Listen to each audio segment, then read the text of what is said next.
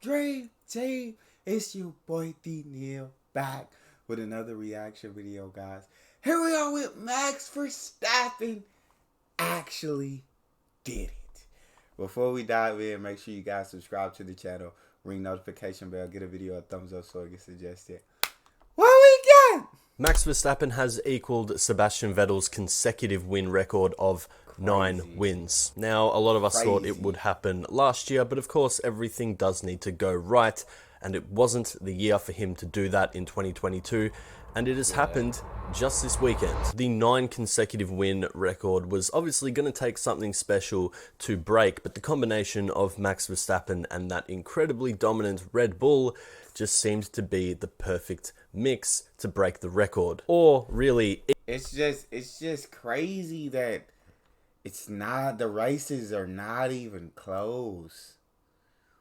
Not even, there's no one there challenging him. Like, they're not even close. Like, I'm watching the last race and Jesus, out the Netherlands Grand Prix or the Dutch Grand Prix, and I'm watching for like the first 60 laps.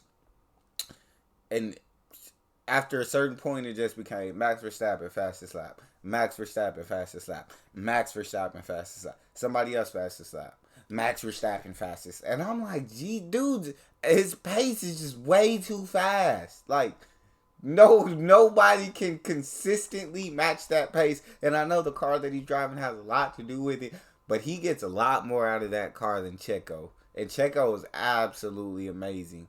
But Max gets a lot more out of that car than Checo, man. But keep it rolling. just seemed to be the perfect mix to break the record, or really equal it at this stage. Now, Max very well could break it and make it 10 consecutive wins at Monza, which again would be another historic moment in Formula One. And even then, who knows, he could extend it beyond that, making it even harder for anyone else in the future to break. I wouldn't be surprised if he didn't lose again for the rest of the season.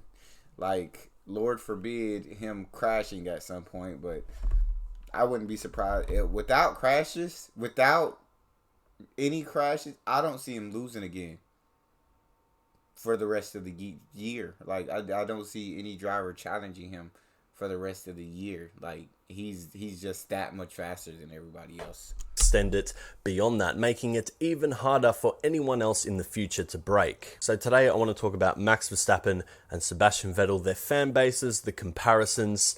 I just really think it's interesting. Max Verstappen and Sebastian Vettel, of course, are already sort of being debated in terms of who is the better Red Bull driver. And I think this is going to be an interesting debate for the future, because I think you have two drivers with extremely passionate, proud, and also, I think I would say, vocal fan bases. I think both of these fan bases are definitely very present on social media and definitely get involved in the conversation. As someone that creates content, I see a lot of it. I think Vettel fans are obviously extremely passionate and have a lot of great opinions about Seb, as they should, because he is one of the greats of Formula One. And Max Verstappen, of course, is arguably right now the biggest Formula One driver in the world, the most popular. I think he has been for a few years now. Yeah, I was gonna say, it's not even arguable right now. Like, in this moment in time, it's not even arguable. Like, Max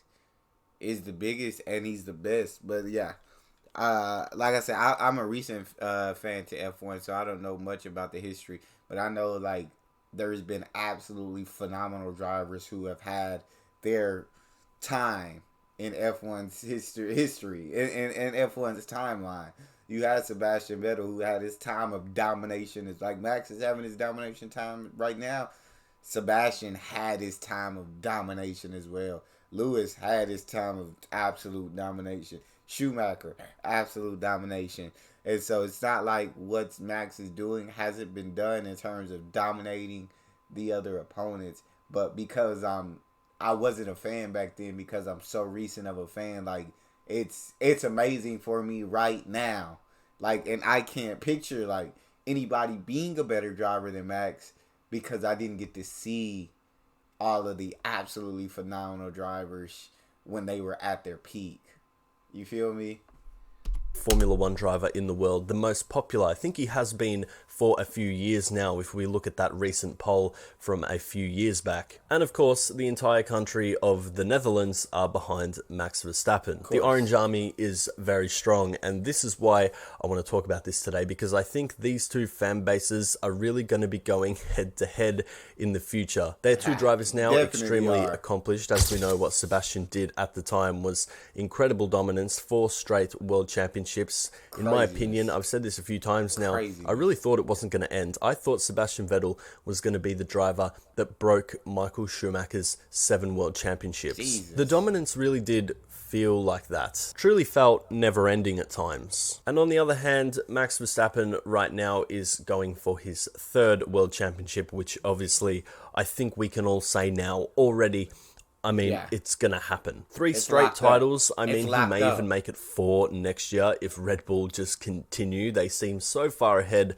of anybody else. I mean, sure, there are some, I guess, close moments during qualifying, but during the race, I mean, Max just runs away with it. We saw what happened at Zandvoort on the weekend. Sergio Perez looked to be in a good position, but obviously the pit stop calls kind of swung into Max's favor. But in terms of a sign of dominance, when Perez took the lead after a good strategy call at the start of the race, I still felt like Max Verstappen was going to win. I thought, okay, well, Max is just going to end up passing him. That's just what's going to happen. So, aside from that strategy call, which did allow Max to pit earlier, I think Checo at that point was like 10, 11 seconds. By the time Max got to second place, Checo was like 10, 11 seconds in front of him.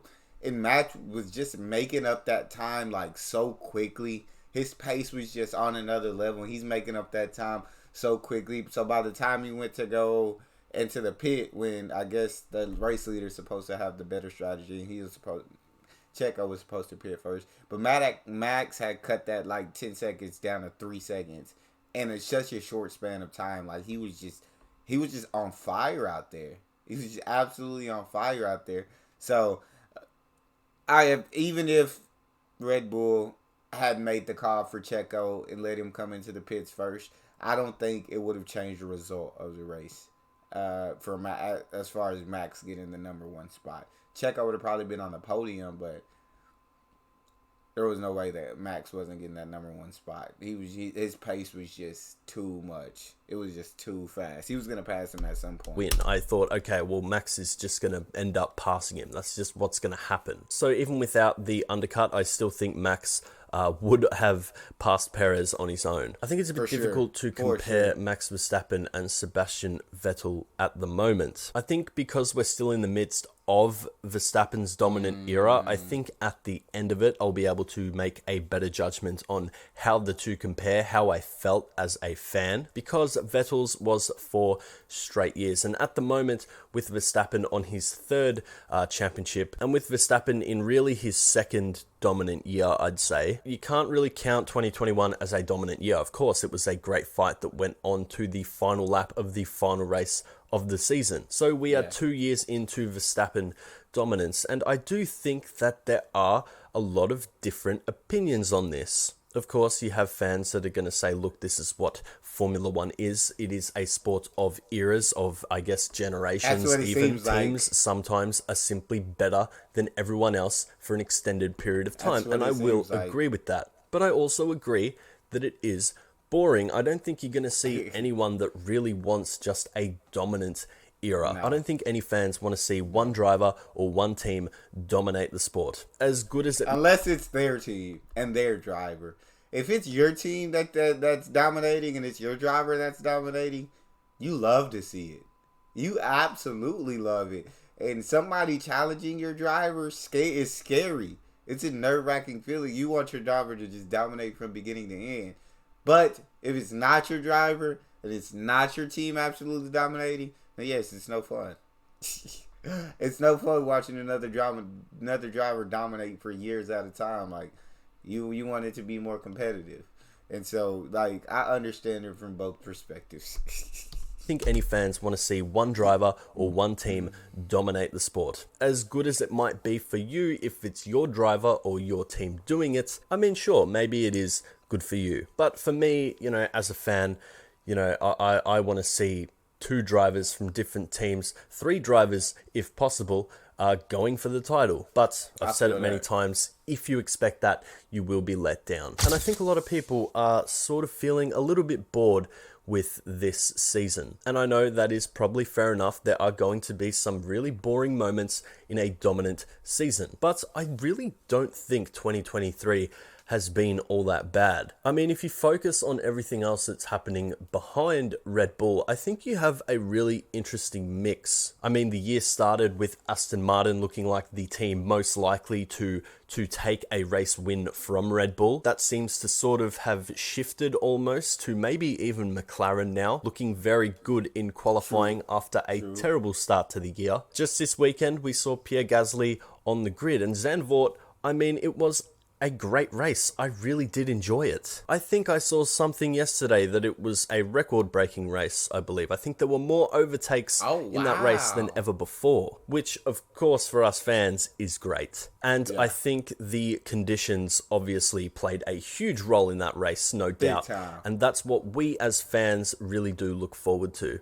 When you start getting a little bit disinterested or a little bit bored with Formula One, there's always a kind of crazy race that'll come back and draw you back in and reel you back in and remind you why you love the sport so much. So I kind of am taking notice of the other things happening. What about Williams and Alex Albon? How good is he doing? Unfortunately, what has happened to Daniel Ricciardo, a huge story, but Liam Lawson has waltzed in and he's looked fairly comfortable already. Not even used to the car, just thrown in there, and he seems like he is ready to go. Now back to Sebastian Vettel and Max Verstappen. We got a little bit sidetracked there. I think some people, I guess I want to say, forget how good Sebastian actually was. Because Sebastian did have a few years at Ferraris where there were some mistakes, some maybe bad moments, still had some incredible moments, don't get me wrong. I guess a lot of people use that to sort of play down his accomplishments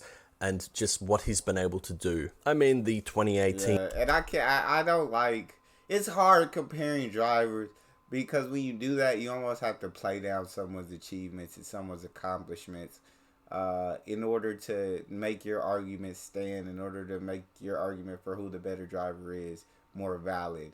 And it's like, honestly, you should just appreciate, like, everybody's time of dominance. You should just appreciate all these drivers' greatness and what they did when it was their time. But as fans, of course, you're going to want to compare. It happens in every sport: football, basketball, baseball, F1, soccer, tennis, any sport you could think of. You're going to compare different players from different eras when they were at their peak and talk about who the better player is. Of course, there's always going to be different opinions about who the better player is. There's going to be biased opinions about who the best is, but I guess that's also part of what makes sports fun as well. The arguing, the the debates, the everybody bringing up valid points. It just sucks in that some people get their accomplishments like tainted because you're trying to make your argument stand, and so you try to downplay what they've done. You feel me? His accomplishments and just what he's been able to do. I mean, the 2018 incident at Germany, the 2017 incident at Singapore, a few spins, a few silly mistakes. Either way, whatever happened after his period of dominance doesn't take away from what he was able to do at Red Bull. Thanks. He was a scary driver back in the day. Vettel was an absolute monster. On his day, he just seemed unbeatable. He really did. He really just did seem like nothing was going to stop him. And at times, you know, that was the case. There was a time where you really thought Vettel would never be stopped. I mean, it takes a pretty crazy period of dominance to be booed on the podium, which we've seen with other drivers like Lewis Hamilton and even Max. But at the same time, Vettel is probably one of the most loved F1 drivers ever. Not only because of what he was able to do on track, but he was also a very lovable guy, very funny guy as well. Gave people a lot of laughs over the years, always a bit of a joker. But also, he has the accolades and the resume to stack up with, you know, just about anyone, really. You could throw Vettel in the greatest of all time debate, I think. I mean, I personally personally don't think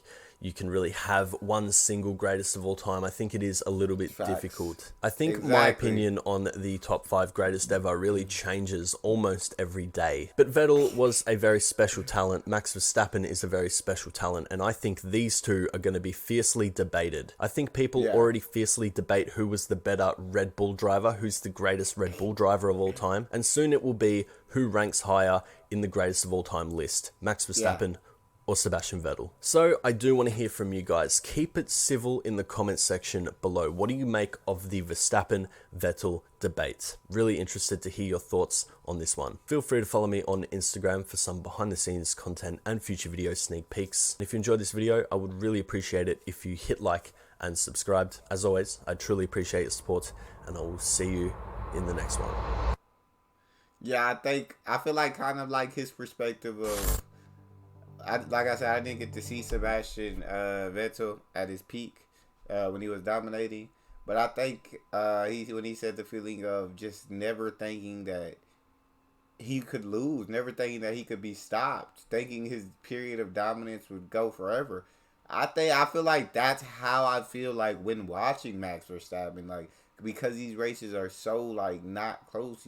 I'm just sitting here like, how long can he just keep up this level of dominance? Like, where it seems like the championship is already his, and they still, I don't know how much races they got, like 10, 11, 12 races left, and he's already won the championship. Like, so it just seems like I get that feeling that he was talking about from Sebastian Vettel. I'm getting that feeling now. And I feel like I got a little bit of the tail end of Lewis Hamilton's dominance by watching the show on Netflix, Drive to Survive. But I didn't get to, while Lewis was actually dominating, I wasn't like actually watching any of the races or any of that, or any of the highlights or anything like that. But that's all we got. You guys got a favorite video suggestion? You can subscribe to Patreon and drop it in the comment section. It's your boy D Neal, out.